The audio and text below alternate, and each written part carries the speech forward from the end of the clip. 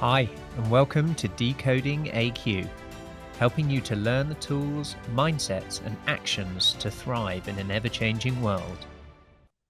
Hi, and welcome to the next episode of Decoding AQ. In fact, today is a very special one because we have two guests. Our first guest in Jason Desentz is the CHRO at Toshiba, and he has honed his craft turning underdog divisions into high performance powerhouses.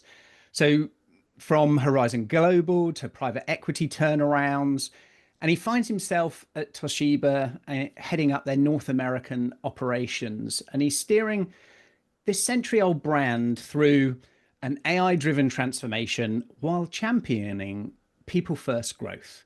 So, an analytical coach at heart, he brings board level rigor to the shop floor empathy to every culture that he rebuilds. Now, welcome to the show, Jason. And thank you for having me. We also have Mike Raven, my co-founder. Many of you will know Mike. Some of our listeners will know of Mike, but we've never had him on the show. And we decided, why don't we do a two-host duo for Jason? So welcome, Mike. Thanks, Ross. Excited to be here and see what unravels between us. Well, I want to start it off with the fact that just in the preparation, you two were talking about Oasis and Oasis line. So Jason, can you tell me more about that and what's going on with this Oasis thing? Yeah, I'm really excited. I have the privilege and luxury of my wife and I going to be doing a castle tour through Dublin, through Wales, and through Scotland over the next couple of weeks here. And on my stop, I found out the band Oasis is back together and performing, which is one of my favorite 90s bands from college era. And I'm going to be in Wales to see them perform for the first time together in a long time. And we were just talking like, what's the best, Oasis line? And I always say, don't look back in anger. As an HR professional, what better way than to kind of start each day with that, and always choose happiness is always what I like to say. So I'm really excited to see them as part of the tour. I mean, it's a full UK experience, so I'm a lucky one, I feel like. I'd add to that one of their songs, "Stand by Me." One of the best things you can do in HR, especially when we're looking after our humans. And actually, I saw Oasis at the same place definitely more than 24 years ago at the same place that Jason, you're going to see them. So Super excited. Very cool. Now, we met at Unleash, one of these conferences and events. There's many of them, and it's super interesting to see what's the vibe, what are the conversations that are going on, what's happening on stage and off stage. And often there is a difference in the conversations that evolve from there. From your experience, having done many of these, what stood out to you at Unleash as something that perhaps you didn't expect, Jason? I find that a lot of people are looking for, I somewhat expected, but maybe not to this extent. Most people are just looking for guidance. Where do I start with AI? I mean, we're getting inundated with multiple solutions that, on the surface all appear to be wonderful, as you all know. But at the same time, I think people are struggling on where to start. Where can I also gain the most value? Because I also have to show the ROI as a business perspective on getting the support from a financial means from an organization. So I was really intrigued to see how many people actually were in this same almost lost mode. Like, where do I start? And I was in the same boat many months ago, and until I started have the privilege of going to speaking at a couple of conferences. And each time I'm there, I kind of do like my own little private study and ask everybody kind of what's going on, what are your pain points, what's keeping you up at night, and those tend to be the themes. That is the major theme, if you will. So I was a little surprised to see how many more people than it makes me feel like I'm not alone, I guess, so to speak. It's one of those common challenges, isn't it? You get these dazzling demos, and with your feed, you get perhaps the false impression that everybody's nailed it and doing it. And the reality really is everyone's just figuring it out. We're all just learning as we go along. And it's often the headlines that scare and they stick. We might have a headline of, oh, this was shared and then this happened in an LLM, and now everybody still locks into that maybe a year later, and the technology's moved on. And I think that's one of the challenges with early tech and what lands for people. And when it changes, well, that's still a sense of fear, and maybe where do I start and where do I go is really challenging. Now, for context, you're just coming up a year in role at Toshiba. A year in July. Year in July. A year in July. Believe it. Yeah, crazy. In that context then of an incredible year, you know, on the world stage, right? Dealing with an organization that is across many borders with, you know, complex supply chains, all sorts of things that's been going on. What's been something that has startled you in that year that was different when you thought, oh, day one, I've got this, a couple of decades under me, I'll get this sorted? What has actually startled you in that year from that experience, Jason? Yeah, I mean, I wouldn't say it was a bad surprise. I guess I would have said I wasn't as certain how decentralized some of our processes were, and I don't mean that in a negative way. I think that's just what worked in the past. That I had assumed maybe the main things were decentralized, like performance management, or one group might use a 3-point scale, one uses a 5-point scale, and we're trying to harmonize. I also wasn't expecting to have multiple benefits programs from the U.S. perspective, which, for as big as the Americas is, I would have expected more consolidation. So I think from that aspect, I was a bigger surprise than I had expected. However, it didn't change my approach, because my approach always is to do like a major audit walking in, and I literally have section by section, whether it's just compliance areas like policies, procedures, all the different paperwork that we collect, making sure we're state compliant, federally compliant, global compliant. And then, as you work that way down, I get into each major area: talent acquisition, total rewards. So I just followed my normal set of processes to do an audit when I walked in. So that is also another eye-lifting thing, is I found roughly almost 200 areas or points we need to do something. Now, whether that's tweaking, whether that's major, but a lot of that, as you think about some of the major areas like performance management, for example, I have to build consensus. So there's a lot more effort that has to go into socializing ideas, getting that listen, learn, and lead approach I always use, and trying to listen to each of the areas, business units, and why they set it up the way they set it. And here's what some proposals we're considering. What do they think about that? Listen, learn, and lead. What I find so often in these conversations is it is littered with nuggets of wisdom that just fall out naturally for people with experience. And sometimes it really helps to slow down that process of what you just talked about. Go in, do an audit, that listen, learn, and lead, identifying 200 areas for potential action, and then you've got the work to do of gaining consensus. So walk us through a little bit more of that. Was that the Jason 90-day, 100-day plan to do that, to set up that is there? And then what have been the delights or challenges in that post era of audit, of what's come next, Jason? Yeah, that is my normal approach. I've learned that over the years, and then I've owned my own consultant firm, so that has actually helped hone in on my skill sets as it relates. And I had been in-house most of my career, working for manufacturing firms, also some other industries. But then when I went to consultancy, what you would normally get, let's say 90 days being an in-house person, it's about 30 days as a consultant, because time is money. So what that allowed me to do as a professional is really hone in on how can I make a process succinct, including an audit. How can I go in quickly, identify what I think are key areas, and at least identify them, categorize them in such a way, high, medium, low. There's ways to think about that. And then decide as a group what makes sense to, if you were to take an impact effort matrix and say, what's some low-hanging fruit things we can get away now? And then, what are some things that are going to take a little bit more effort, a little bit more planning, that would have a higher impact? Those are things that you have to, once you do an audit, identify everything, you have to categorize it. I do that now usually in a 30-day time frame. It's really not that hard. It can be very prescriptive once you get it in check. You just got to have access to all the data, right? Understanding where things are at, so I can ask the key questions. And through that, then these sets of processes come out.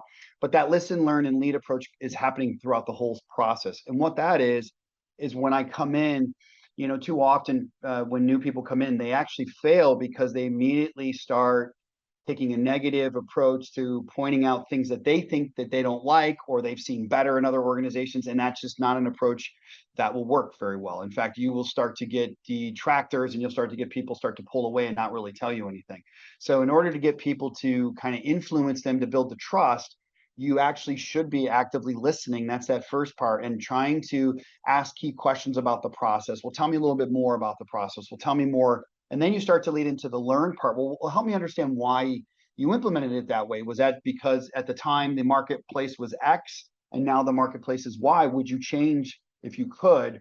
What would that look like? And it really gets people to start going, wow, they actually listen to what I said. He's asking key questions about how I made those decisions. Now you start to build the trust and you get that buy-in from that individual.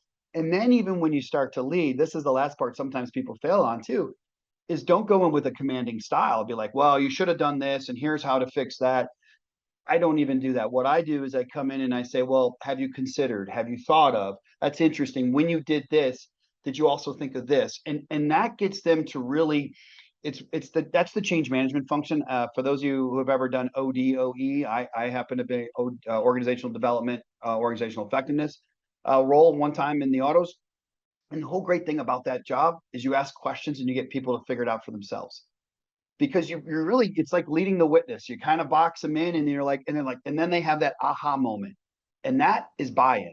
And once people have buy-in and know that there's a sense of urgency for change, guess what? You can then start the change process. You can start to say, okay, great, let's talk about options. What do you think if you had to redo it all over again like a startup? How would you start it? So that is really, it's not just me coming up and giving them the solutions. It's actually pulling that creativity and some of that inner workings that they know. They've used this process. They know some of the pain points. If they were king or queen for a day, they would do X. Well, let's hear them out. I'd like to understand what that is, because 9 times out of 10, they already have the answer. I just need to pull it out of them. Yeah, can I jump in? Because that really resonates. And what I hear is this sense of rewriting the story and encouraging them to rewrite the story. So Right. what's the reframe? What's the reframe that might be available? And encouraging that, because, well, we know what happens when someone's truly involved versus being told. So you can tell someone or you can involve them. And I'd like to go to the middle part that you mentioned there, Jason, the learning. And I'd love to get your thoughts and insight and experience on, what about unlearning? How powerful is that, from my own reframe for your learning? Yeah, what do we need to do? What are you seeing in your teams, maybe in your own HR department? Where is unlearning happening? Where is it not happening where it needs to? And how important might it be? It's funny.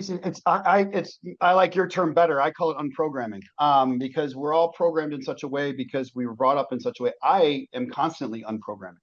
In fact, even just when I got to Toshiba, I've been, I feel confident in my abilities. I feel my learnings. I've seen a lot. I've done a lot, but I'm always still unprogramming at times. And for example, when I got to Toshiba, I come from such a rigor, Lean Six Sigma environment, which can be a little bit less employee centric, right, and more business centric in such a way that sometimes cost overtakes value of employees.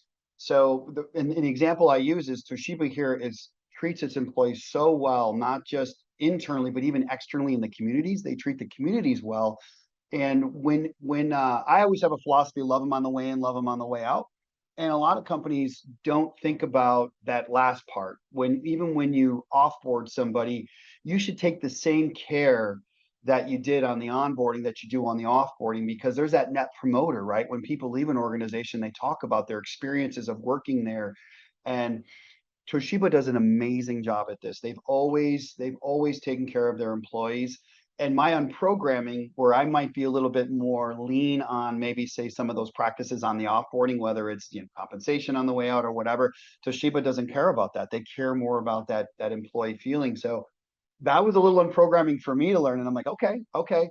And I think leaders that, and I'm not patting myself on the back, but what I do appreciate that I've learned over the years is that I can pivot, that I can even relearn, even after all my experiences, after all my stuff.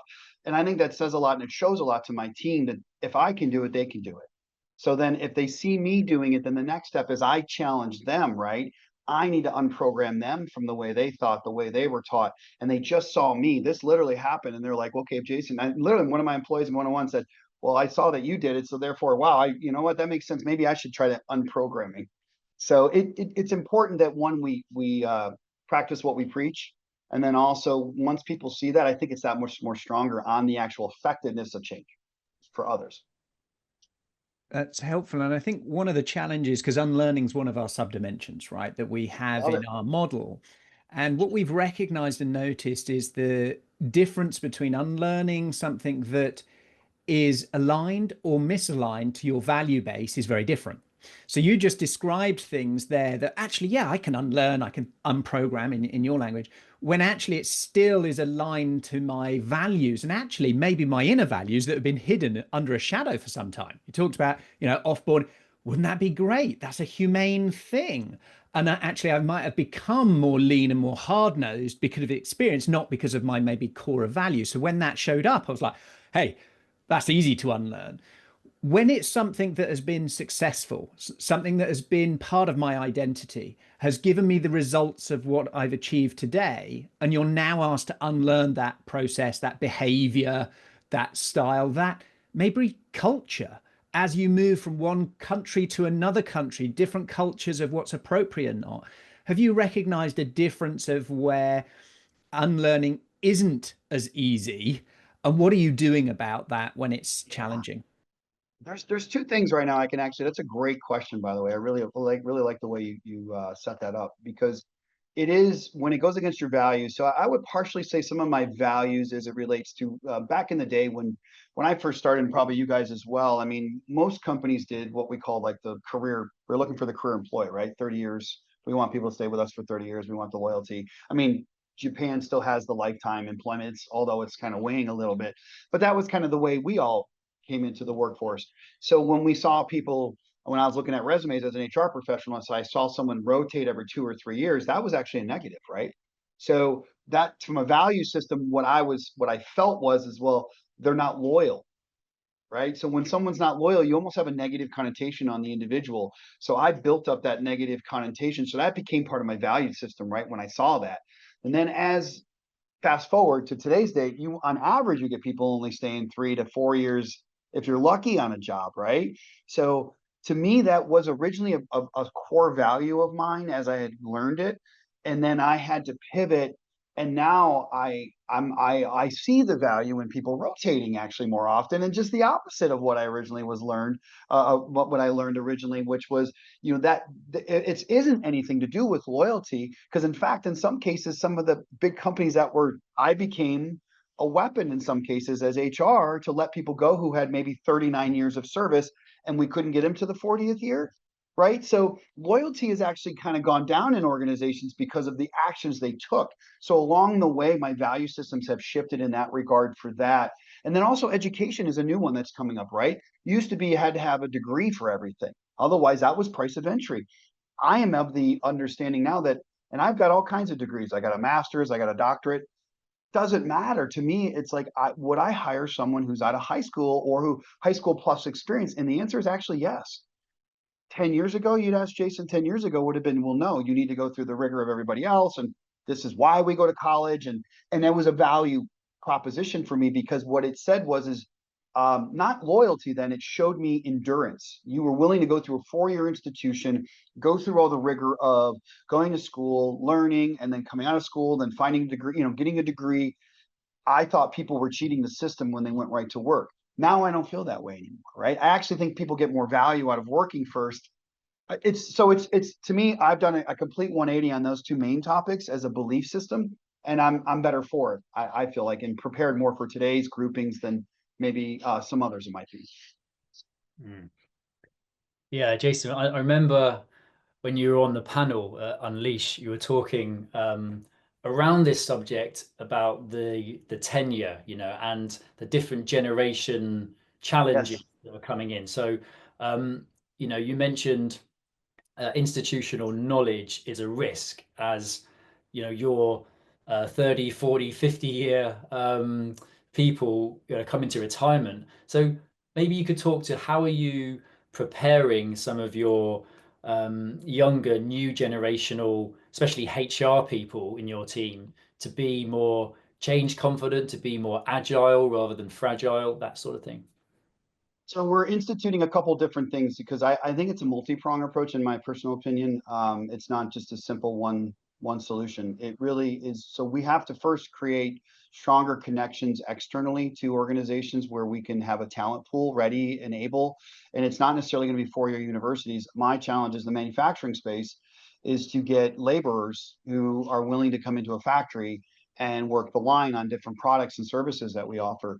And that's a challenge from the Gen Z because Gen X or Gen Millennials were kind of the last generation where that was still acceptable manufacturing roles. Gen X, which we are, which was obviously an answer. Our generation actually told the Gen Zs, which my children are Gen Zs, you don't need to go into a factory because you're going to get laid off, or because that's what manufacturing is leaving and it's going to low cost country sourcing. And why do I know that? Because I sent them there as an HR professional. I had factories in Mexico or South Africa, Thailand, all the low Vietnam, all those low cost country sourcing areas. But now we have this influx over the last about 5 years, and even more so now with the Trump administration, with its coming back into the States. I got to imagine as well in the UK and in other areas as well, that's kind of people are starting to want to absorb it for many different reasons, whether it's security reasons, whether it's supply chain reasons, all different kinds of reasons to absorb it back in.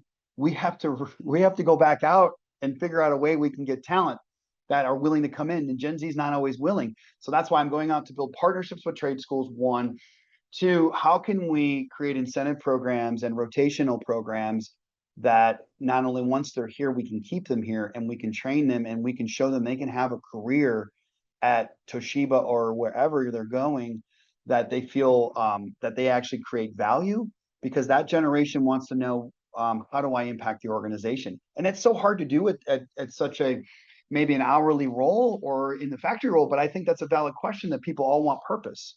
So what's my purpose? And I think we have to reframe the question of what is someone's purpose when they come here. And I think we start to promote the skills that they're going to learn. I also think that we should promote the availability of moving around the organization, that the opportunity is really up to them once they're here. And we'll provide those opportunities, and we actually will have programs that can help develop them with those opportunities. But one other thing is we should be setting this up so we're teaching them to lead themselves. And that's the other approach, is how do we start to change the mindset of you're just going to get it versus you have to earn it. And that's a little bit of a difference. I think people felt if I got my degree, therefore I should get. It's became an if then else statement, like in IT. Like that's not it anymore. Like we have to teach them that you got a degree, that's great. Or yeah, you've got a trade, that's great. But now you got to go earn it. You got to go show that you can do the skills. You got to, so that if you are ready, we can take you to that next level. But again, so it is a multi-pronged approach in my opinion. And I think companies really need to think about that strategy on what works for them, because it will be a little different depending upon the organization and depending upon the industry. That's really smart. And I heard you touch on both that balance between earning and entitlement, and also you touched on mentoring there. What's your experience of mentoring and perhaps coaching as well, and its value at different in different parts of the organization, at different levels of the organization? Yeah, I coach from the top floor to the shop floor. I love to, it doesn't matter if someone needs any assistance, I try to, make myself available. Part of the one thing is that I try to do when I'm coaching individuals is really getting them to understand kind of what their own personal brand, like how are they perceived, or how do they think they're perceived in the world. And when I coach people, I say basically, you get what you give. So I always try to ask people, how are you giving back, or as you go into the workplace and think about, what you bring to the table, how are you treating people? Are you truly developing individuals? Are you really, I always say to all of my direct reports, I will support you if you do great things. I will support you if you do bad things. Now, hopefully you do more great things, but please know I have your back, right? The word support is super important from a leadership perspective, to share with your individual, your coaching, knowing that you'll support them no matter what. I do expect people to make mistakes. I say this to people all the time. It's what you do after, though, that defines you. Do you get up? Do you brush yourself off? Okay, that approach didn't work. Let me try something else. Or do you give up? Or do you frankly just kind of get a little agitated, or things like that? It's really Making a mistake is how we learn. It's how we innovate. It's how we iterate, right? You got to make a mistake. But again, it's what you do after that defines you. And I find too many people sometimes either give up or they get so frustrated that they start to turn so toxic in an organization that it actually is detrimental at that point. And it's unfortunate. But if you can have that opportunity where it's a safe environment to take risks, certain risks, and make mistakes, but then learn from those mistakes and even be better, more people thrive in those types of organizations than those that get penalized. And I don't like to do a penalized organization. That's not the way to innovate or iterate. And it's critical to have the support of somebody, whether in the formal approach of a coach or mentor, or just good people around you, your peers around you, that culture of allowing it to happen. There's often a huge disconnect between the voice of support on failure and the benefit structure of rewarding of what we reward. We reward quite often in business the end result and the outcome, not necessarily the output of the learnings and those things. So I think that's another challenge there. But there was something that I wanted to pick up on, Jason, in terms of when you were talking about the view of generations and how do you get partnerships to ensure that you've got talent pipeline in a manufacturing organization and factories. What is your opinion personally, and maybe of Toshiba, around humanoid robots? So what we have seen over various phases is that the rote and repetitive gets replaced by a machine. So whatever that machine is, and we've seen it a lot, right? Whether that's in agriculture or in manufacturing. And for heavy and difficult things, we've created these machines that build consistency and high volume throughput. And what we're using is a lot of humans in that same aspect, right, to do the rote and repetitive things. And the design of the processes and workflows is very much for a bipedal human to do those things. So a lot of these companies, you know, Tesla, Figure One, there's about 20 of them at the moment that are predicting we'll have more humanoid robots by 2030 than humans. Now that in one aspect is so unimaginable, unbelievable, in the same way when you looked at, you know, Back to the Future, or we'll have flying cars by this point, right? So there's always this gap between vision and reality. But what is your thinking? What's your approach of where do humanoid robots specifically come into manufacturing, supply chain, production work, and the talent org design that you're thinking about, Jason? Now that's a, you know, I mean, it's not the first time the robotic question, but I mean, it's more real than it probably ever has been, right? And we grew up in an era, you all probably remember automation and stuff, and people thought all the factory workers would be gone, right? Wasn't the case. Did some get eliminated? Sure, because you didn't need that many manual. However, it also opened up new jobs, right, for technicians and, you know, programmers and all different kinds of areas. So it actually, in some cases, almost offset with different types of jobs. So it wasn't a 1-for-1, but it was pretty close, right? If you think about it, even if, let's say, robots comes around, I think as a society, we're used to pivoting. Think of the automobile, and I come from the automobile industry. There used to be horses everywhere. How not just the horse that we put out of business, we put stables out of business. We put maybe breeders out of business. We put so many different industries and people out of business who dealt with the horse because the automobile replaced the horse. So I guess in my mind, I could maybe think robots in the same light, right? If we had robots next to us, what then is that replacing? That's really what we need to figure out. And then what is it creating that's new? I also think from my perspective, we will turn more from a transactional society to more of an advising society, which means we need to know how to interpret things differently. And our jobs would be more, I would say, helping people figure out what am I looking at and how does that impact my business in a positive, negative sense, and then how should I react to them? But again, we need to understand how to think analytically about that. That's a new skill set maybe than just turning a wrench, right? So from that regard, I think our learnings need to shift into such a way that we're preparing ourselves, and we're kind of and here at Toshiba trying to get AI ready. We've launched Toshiba University, and part of our key learnings is going to be just the basics of AI. What is it? What's its, you know, how did it progress? And then what are its typical applications for today? How can it potentially be used tomorrow? By getting people ready in the mindset might help us in the long run. And this transition, if it were to go to, I personally don't believe there'll be more robots. I mean, I watched the Jetsons when I was a kid, and I thought by now too. I mean, from Back to the Future, I would have just taken the flying skateboard versus the car. I wish that was still the hoverboard, but that is somewhat around, but it's not the real thing. Let's be honest. But with that being said, I do believe that there'll be some shift, but I think we need to shift our mindset in the way in which we think about this and how we approach it. That is more critical. And I don't know how many people are really thinking about that, to be honest with you. Mm. Yeah, you've got me thinking about, Back to the Future, one of my favorite films. One of my favorite films too. The Jetsons, I've not seen that for a while. And yeah, I think two things here I'd love to kind of follow up on. One is the university that you've set up, so the Toshiba University. Love to hear a bit more about what's the ambition there. What does it change the needle on? If you could fast forward 1 or 2 years, what impact has it had? What is it doing for your people from a very human perspective? And actually this piece around a new world with so much more AI and automation, and you've shared that this is actually the university is a lot about adapting to AI and adopting AI. What are the most powerful human skills, uniquely human skills that you either are investing in Toshiba, or you recognize you need to invest in more? Good question. Part of one of the things, first of all, we need to make sure we have people who know how to deal with ambiguity and pivot.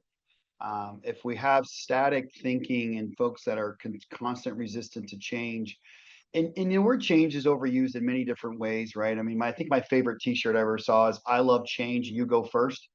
But from my perspective, I really feel if one, we need to make sure what type of people do we have internally? Do we have people who can deal with ambiguity? We need to start measuring more, I think, because change is going to be ever constant, even more and faster in AI. Also, can people understand how to take AI and its application into process? So meaning we also then need people who understand process configuration. You understand how to do swim lanes. Do you understand how, step 1, step 2? Do you understand timelines? Do you understand? So maybe more project management skill sets need to be required. So I may need to upskill on that. But then also, okay, then it's application. How do I implement it? So then I may need to really partner more with my IT group, even more so than I ever have in the past, to say, hey, listen, here's a process, because my mindset's process. I'm being agile because I'm dealing with ambiguity. And I want to take this service or AI function, and I want to now take my process and throw it through that. Help me. So I think there's going to be this little bit more of a stronger partnership, in my opinion, with IT more that we need to develop. And I think IT organizations probably need to set up a different way to think about the project management organization, the PMO, project management office. So I think that is going to be, you might need 2 of them, right? You might need one to help with the interpretation and the application, and then you need one help with the implementation. So I really think that might be something that might change and shift from an organizational standpoint, but it also starts with internal competencies. We need to start evaluating our current set of employees. Do they have the new competencies that are going to be required for this type of change? Again, Jason's opinion. I don't think there's anything else scientific. You've set up this initiative to help move that forward, right? In dealing with ambiguity, even when you come back to where you started of this, listen, learn, lead as a roadmap of how to build trust and how to influence people, that was a playbook around that. So who gets access to it? What's the rollout? What's the structure? Because I imagine many other organizations are either needing that guidance. What do we do? How are you doing it? What they're already doing, try and validate it and learn off each other. So give us a little bit more detail of, is it cohort based? Is it curriculum? Is it flexible? Is it everybody? Is it select? Give us some details. What's the scoop? It's going to be for all employees, including the hourly employees, and their ability, they could use it on their phones. We did partner with an LMS. We have Adobe LMS. And we partner with Open Sesame, which has a grouping of course catalogs, but also with our LMS, we can create our own internal courses that we can also institute and put in place, which is also the benefit. So it covers everything from compliance training. We're heavy in the ISO world, so we have to make sure our compliance training is done. That is all done through the university. So all of our standard training, legal training, compliance training will also be a part of that. HR training will also be a part of it. But then we start to institute the other areas where AI capabilities. So there's a lot of curriculum out there.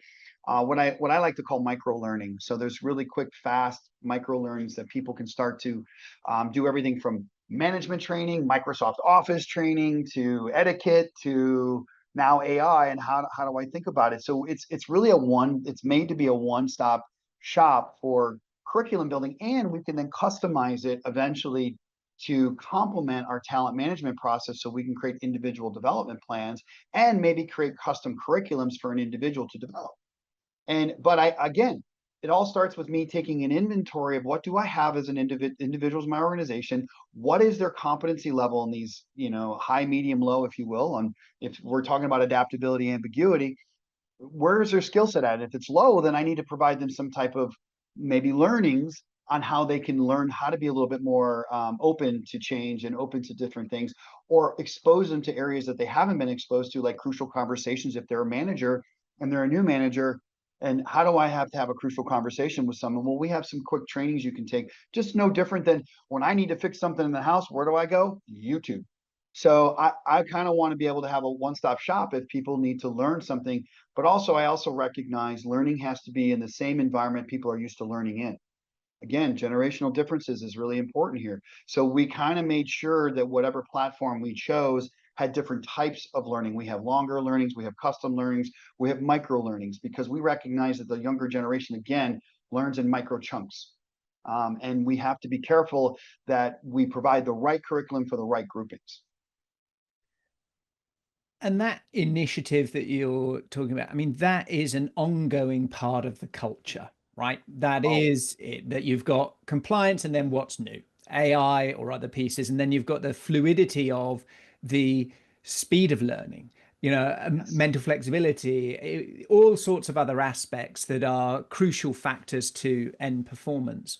As we come to the sort of twilight period of the podcast, I'd like us to think about, it's December. So we got the second half of this year, and we're having a conversation, and you say, that was the best year ever for this year.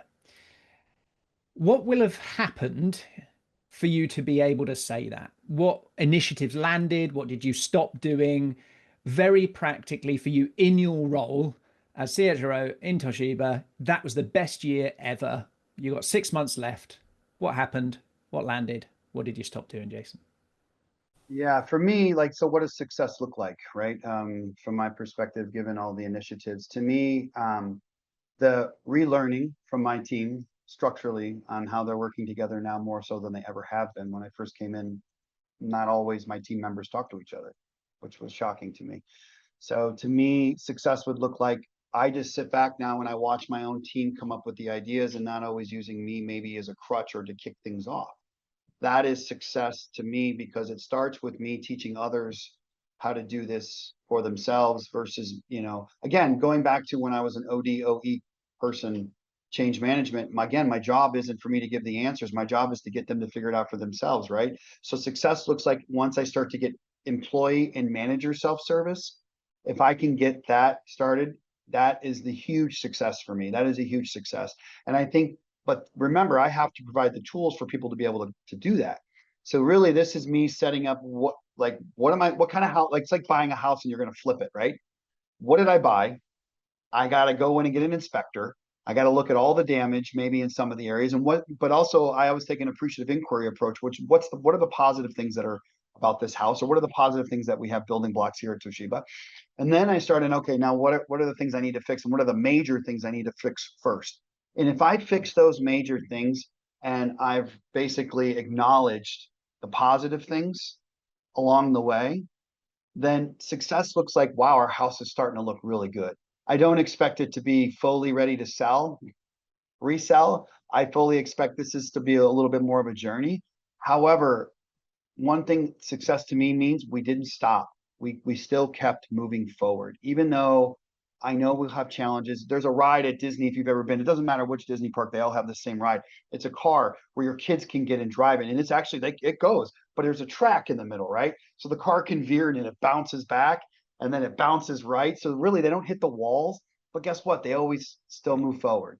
My job is to be that track in the middle. So I want my teams to go towards the edge. I want them to push. I always say I'd rather pull back on a Mustang than push a camel. I want my teams to go, be a little bit more aggressive, be a little bit more out there, but I may have to pull them back at times, right? But that's okay. But guess what? We never stopped moving forward. To me, that's what success looks like. So we've painted that picture of success, and you've mentioned some things, principles, your systems, being there as a really supportive leader, having a proactive team, so they're coming up with the solutions themselves. It reminds me of if you ask someone to start brushing their teeth with their opposite hand, they'll soon go back to their normal hand because it's still there.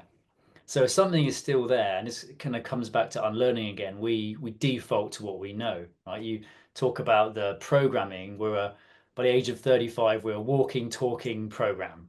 We've got about 5 to 10% of available consciousness, let's call it, to say, right, I want to change.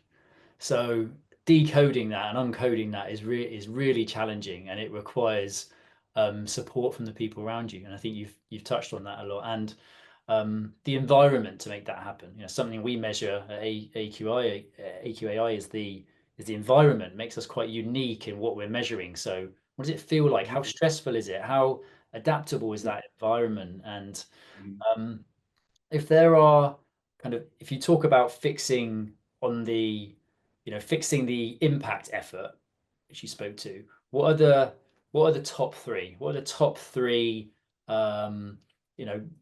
fixes that you want to put in place when we fast forward? Yeah, I wouldn't necessarily refer to it as a fix, rather than what do I want to solidify, right? What do I want us all to solidify as a culture?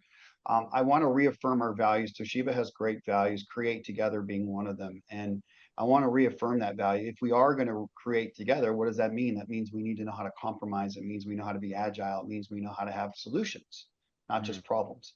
So that is that autonomy that I try to give to people.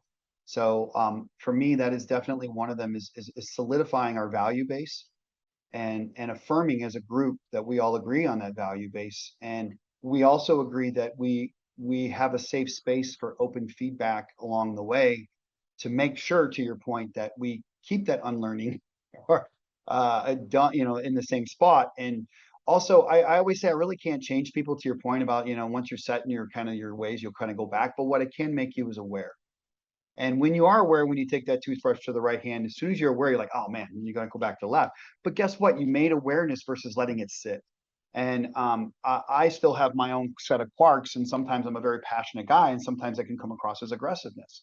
And I've been told that. And but now that I know that, and when I can feel it, and I'm always constantly like watching, like, kind of like a meter, right? Like I kind of watch people. And when I see that, like, oh man, he looks like he's getting pissed. I'm like, wait a minute, let me check myself. I just want to point out really quickly that I'm not angry. I'm just very passionate right now about this topic. It's the opportunity to de-escalate. And to me, that is super important. And I want others to have that same opportunity. So I create that safe space for that as well, for them to kind of have a quark and then be aware of their quark, recognize it, de-escalate it. And then that's great. That is better than any change you can do, is once you're aware of some of those things, and then you de-escalate, and then you can actually continue the conversation. Again, never stop moving forward. We're getting tight on time, and there's a point I want to pick up on before we finish out with this final couple of questions. The point I want to pick up on is what you described there. I imagine every listener felt it inside of, yes, yes, yes, that's something that I would champion, I'd support. How do you get buy-in to that? What's the ROI? Where is it hitting for the CFO? Where's it hitting for those things when you come up with these things and go, yeah, I want to reconnect to our values, I want to do these things, and the CEO and CFO says to, well, that's lovely, Jason, but how much is it going to cost? And when am I going to see something out the other end? how do you deal with that, of these great initiatives? They need momentum and they need often hard data, hard ROI, not just feelings. And I think that's a big challenge a lot of HR has, is growing up in how it puts forward business cases in a grown-up way. And this is probably where I differ from many HR people. This is why I have my master's in business. It's why I have my doctorate in business. I know how to speak their language. And you're right, too many HR people are constantly focused on the feeling aspect, which is absolutely the right thing to focus on. But you also have to realize we work at a business. We have to understand EBITDA. You have to understand cash flow, op inc, inventory if you're in manufacturing, COGS if you're trying to understand, cost of goods sold. You need to educate yourself and be a business person who happens to do HR, because guess what? You still need to influence. And I talk about influence a lot and building trust fast. And the best way I build trust with the CFO is, I've had many CFOs go, there's no such thing as ROI in HR. And I'm like, fine, I'll create a new term, ROR, return on rewards. And then they just kind of laugh at me and go, you're crazy. And I'm like, of course I am, because the reality of it is, just watch and let me prove it to you, but I also have the data to back it up. And I do have to have financial data. I have to have the cost benefit analysis. And I'm asked that all the time. So I also include that usually as part of any proposal I have, is here's the benefit on the financial side. In some cases, it might not always be direct cost, advantage. It could be, time, it could be effort, it could be things that, efficiency, there are costs to that. Now, it's not always as easy to quantify it as to qualify. So that's kind of the approach I take. I encourage every HR person, I think it's great we all get these certificates in HR, but you should probably learn more about business and at this point in your career, and less about being the feeling side. Go be a business person, go take some business classes. And the more you understand, guess what? You'll have a seat at the table. I get asked, even I speak in EBITDA now. It's not hard, everybody. It's part of life. But so complement it with your feeling side of the HR side, and you'll go that much farther. Yeah. Promise you. I think it's a huge strategic opportunity for HR that is now a critical lever, because all of these tech enablements, it requires human adaptation, human decisions, human choices to turn left, turn right, say yes, say no to these various initiatives. As we come, the question I ask everyone, Jason, at the end is linked to a topic we've talked a lot about today, actually, in terms of unlearning and curiosity and those sorts of things. And it goes like this. When was the last time you did something for the first time, and what was it? Okay. So, wow, that didn't take long to come to my head, actually. So, so my younger son is an actor, and he was doing a student film. And I went with him. This was 2 summers ago. This was the last time I did something first. So it was 2 summers ago. And I took him to the audition, and I, at this cafe, he was reading the script to kind of read with the producer to see if they wanted him. And then I happened to be his dad because he was still in high school. And he goes, well, can you read, sir, the other side so your son can go back and forth? I said, sure. So by me reading, they asked me to be in the short film too. So I'm not an actor. I am actually in a short film with my son, who is studying to be in film and TV. So he has acted with his father. I was the bad guy. He was the good guy. So it's really kind of interesting. And I think it's a once in a lifetime opportunity as a father to do something with your children. And it was the first time I've ever done that. And I'm a terrible actor, but I was able to perform with my son, and that just meant so much. So that answers your question. And that's, I never really thought of, and we did like a little mini movie premiere.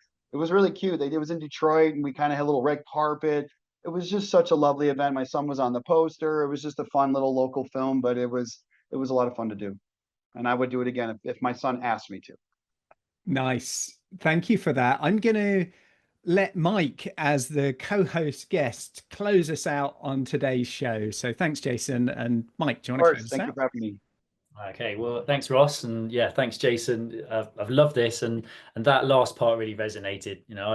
I'm this evening. I'm introducing a new kind of men's circle to support teenage boys. So a lot of fathers and boys in my local area. So bringing people together to form closer relationships to help everyone, no matter what age, navigate quite a different world that we're in now. So yeah, that touched my heart. So thank you. Of course. So I will ask you just to share two really quick things, Jason, with the listeners. So first is, and this is something that I ask people when I meet them for the first time. So to this point, which is, if you could whisper one short sentence into all of the people in your organization, knowing that they would believe it to be true, what would you say to them? And then the second part is, if people want to get in touch with you, something really resonated with them, what's the best way for them to do that? Oh, wow. I think advice I give often, and I actually don't whisper it, but I'll play along. I tell people all the time what, people ask me how I got here and how can I, how did I become a CHRO? And I think the biggest pivotal thing to me that I learned along the way, because my younger son, who I just talked to you about, had a heart transplant, and I was a high potential at the time at Chrysler, and I had to change the way I thought. I had to leave certain times where I couldn't be the high potential. I had to go to the hospital. But the best advice that I tell people all the time that I learned from that experience and has made my career so successful is, do not sweat the small stuff. Figure out a way. We all deal with stuff, and we can get mired down in the small stuff every day that gets us so worked up. Just don't sweat it, because guess what? Bigger things are on the horizon, and your mind needs to be ready for that. So I learned that early on when I was going through that process, and it was my second son, not even the first. So I will tell people that all the time, as often as I can. Please do not sweat the small stuff, and you'll be better off for it. Great. Don't sweat the small stuff. We'll take that. And so if people want to get in touch with you, Jason, what's the best way? Yes. Thank you. Sorry for that. Yeah. So look me up on LinkedIn. That's the best approach. I try to be a ghost minus all these podcasts that you can probably see me on. I'm very fortunate and blessed to have those opportunities. And just like I am today, I'm grateful to be on the show. Thank you again for inviting me. But absolutely, please look me up on LinkedIn. It's the best approach. And I'm really good about checking. So, if you have anything, I'd love to be able to help if I can. And yeah, that's probably the best way to get a hold of me. Awesome. Thanks, Mike. Thanks, Jason. What a great show. Do you have the level of adaptability to survive and thrive the rapid changes ahead? Has your resilience got more comeback than a yo-yo? Do you have the ability to unlearn in order to reskill, upskill and break through? Find out today and uncover your adaptability profile and score, your AQ. Visit AQai.io to gain your personalized report across 15 scientifically validated dimensions of adaptability. AQai, transforming the way people, teams, and organizations navigate change. Thank you for listening to this episode of Decoding AQ. Please make sure you subscribe on your favorite podcast directory, and we'd love to hear your feedback. Please do leave a review, and be sure to tune in next time for more insights from our amazing guests.